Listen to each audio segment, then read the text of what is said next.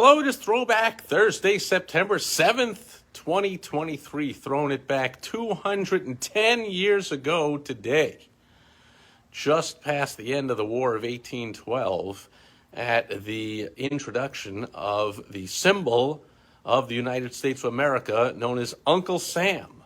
That's when the Uncle Sam image character was born. And it came about because of a meat packing company owner named Samuel Wilson, who would send barrels of beef to the U.S. soldiers fighting in the War of 1812, and he stamped U.S.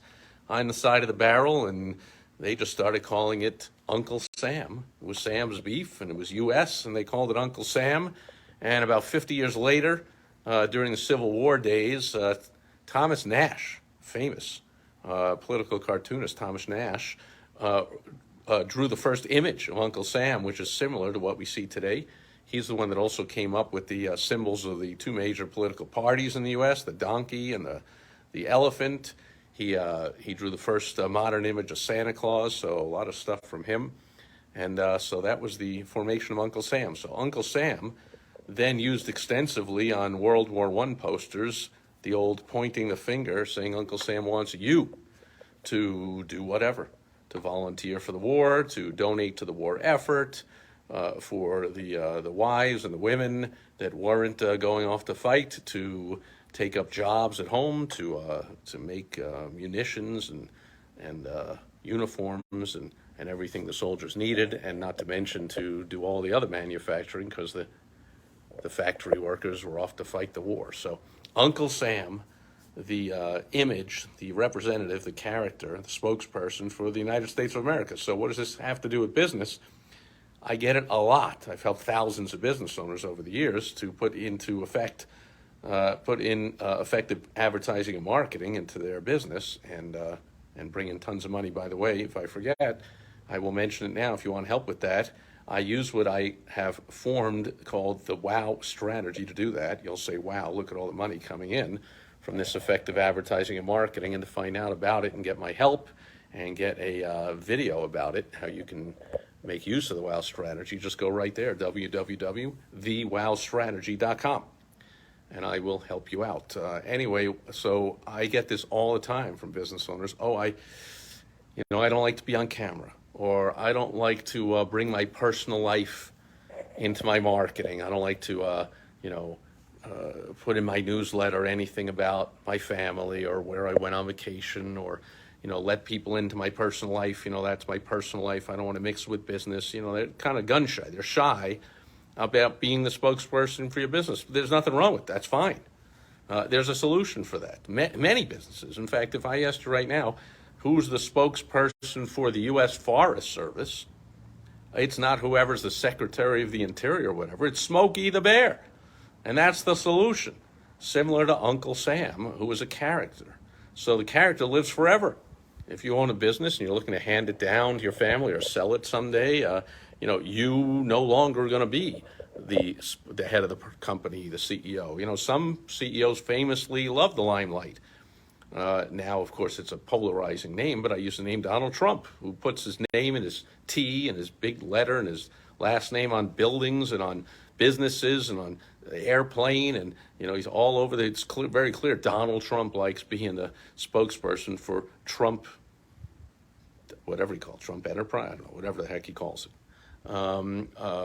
Frank Perdue, famous years ago, being the spokesperson for Perdue Chicken, and the joke was always he looked like a chicken, strange-looking guy. Dave Thomas with Wendy's. He would be in all the commercials talking about Wendy's that he named after his daughter, but still, he was the CEO, the head of the company, and he did all the spots. He was the spokesman for the company. Famous Dave's Barbecue, famous Dave. Still, I think, to this day, or at least recently, I've seen him making appearances, on TV, grilling up a barbecue for the Memorial Day weekend or whatever, and there's famous Dave with famous Dave's Barbecue. But much, much, much, much more often and more plentiful is the case of the CEO that does not want to be, for whatever reason, the spokesperson, the face of the business. You don't want to have your face in videos, posts on social media about all kinds of stuff. No problem. The solution is the same as what the U.S. has with Uncle Sam. you create a character, or you have someone like me who knows what they're doing with advertising and marketing create a character for you. You know, the most famous marketing person that ever did this is the author of the book Guerilla Marketing, Conrad Levinson, who I had the pleasure of meeting and talking to just a little bit. Fantastic guy. His wife, also fantastic. And you might not know the name. I suggest you do. I suggest you go out and get the book Guerilla Marketing. That's not the animal gorilla. That's the term guerrilla, right? Guer, guerrilla, advertising. And he came up with all kinds of characters for all kinds of businesses that are household names. They're known by everybody. Smokey the Bear, I just mentioned. The Pillsbury Doughboy, the Marlboro Man, Tony the Tiger, Charlie the Tuna, Morris the Cat, on and on and on. Jolly Green Giant, on and on and on and on. One guy, Conrad Levinson, came up with all these characters, but I've helped clients come up with their own characters. I've come up with characters for them.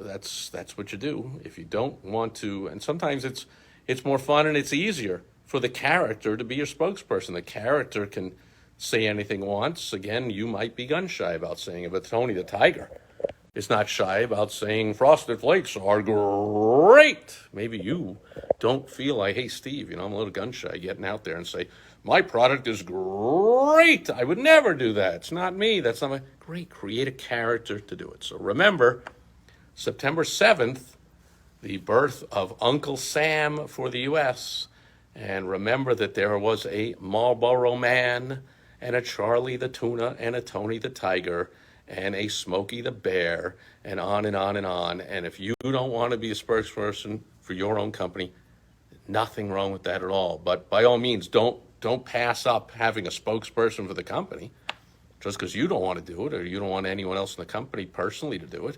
Don't pass up the power of having a spokesperson for the company. A lot of times, as I said, it's more powerful to have a character, a cartoon, being the spokesperson for your company. Doesn't make your company a joke. Do you think Jolly Green Giant is a joke because the Jolly Green Giant is the spokesperson, or Starkist Tuna is a joke company because of Charlie the Tuna? Of course not. It's the opposite. These comic book character type spokespeople, or in the case of the Marlboro Man, not a comic book character, but a character, right? So go out and get yourself a spokesperson. Get someone who knows what they're doing to create one.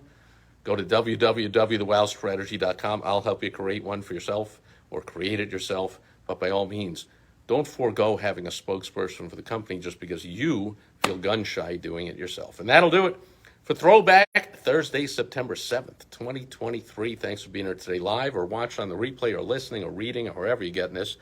And I will catch you back here again tomorrow on Foundation Friday. Until then, over and out. Bye-bye.